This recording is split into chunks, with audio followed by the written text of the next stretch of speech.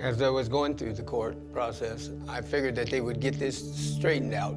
The whole system is supposed to anyway, but then I found out, you know, it don't work that way. There it went, you know, 10 years down the road I went.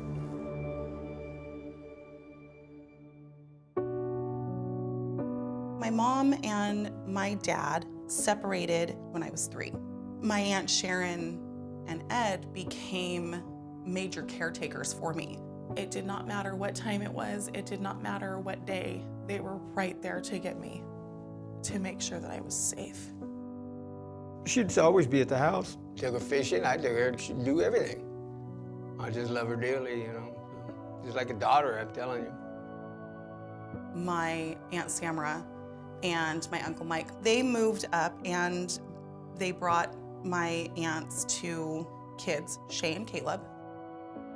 I was molested by my cousin Caleb and his friend Simon, roughly around the age of 4 or 5. My mother and my Aunt Sam coached me into saying that it was Ed. I can only guess that she was protecting her son. I said, I ain't touch Nicole in any which way. And then they had got a warrant for my arrest. Everything was scary, you know, and you're that young and you're trying to do what you were told to do, and you know that that you shouldn't. What do? We went to court. They found him guilty, and he went to prison for it. I pled no contest. It was 27 years or a 10-year plea deal. It is a bad dream, very bad. You know, you wake up and where the hell you at? Oh boy.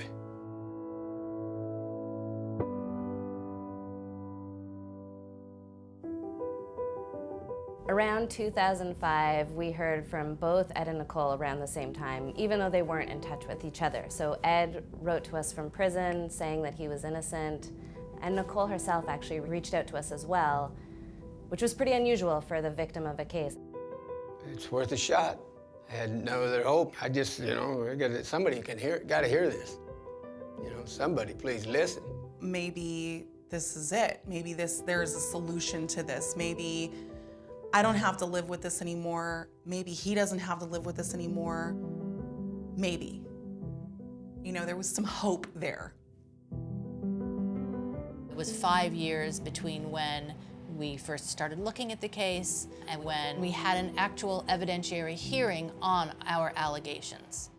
It was very tough, yes. Well, because of, you know, with Nicole, and I felt so sorry for her. You know, she was crying up there on a stand, trying to explain, you know, that I did not do this. I came off that stand and I knew it was over. We lost and we weren't gonna be able to clear his name.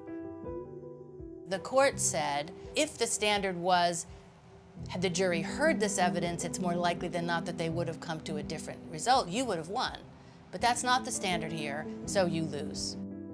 This was the highest standard by far of any state in the country for what you needed to show in order to demonstrate innocence. And that is not due process.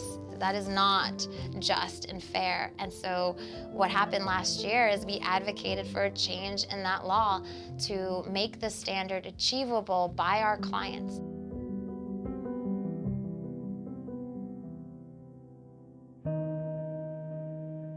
So all these years pass and I get a Facebook message from Paige.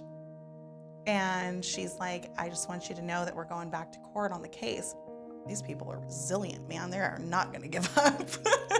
Because I had given up. I'm pretty sure Ed had given up.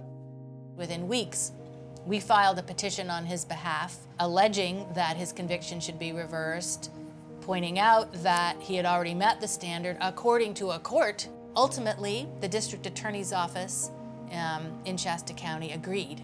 They reversed and dismissed the charges. I was exonerated on August 30th of 2017. I don't know, I was like dumbfounded. I couldn't say anything, but Jesus. It was finally over. I don't have to live with that anymore. 2 days ago, on my birthday, March 2nd, it was the first time in, I can't even remember how many years, that I haven't had to register as a sex offender. So in the last 5 months, the Northern California Innocence Project has had 5 exonerations, and much of it has to do with the new legislation. Without the Innocence Project, I'm telling you, I don't know where I'd be. I really don't. I know I'd probably be in the same boat, still having to register as a sex offender, knowing that I'm not. It was the best gift, other than my daughter, that's ever been given to me. I'm just so glad that it's over with and he can live his life.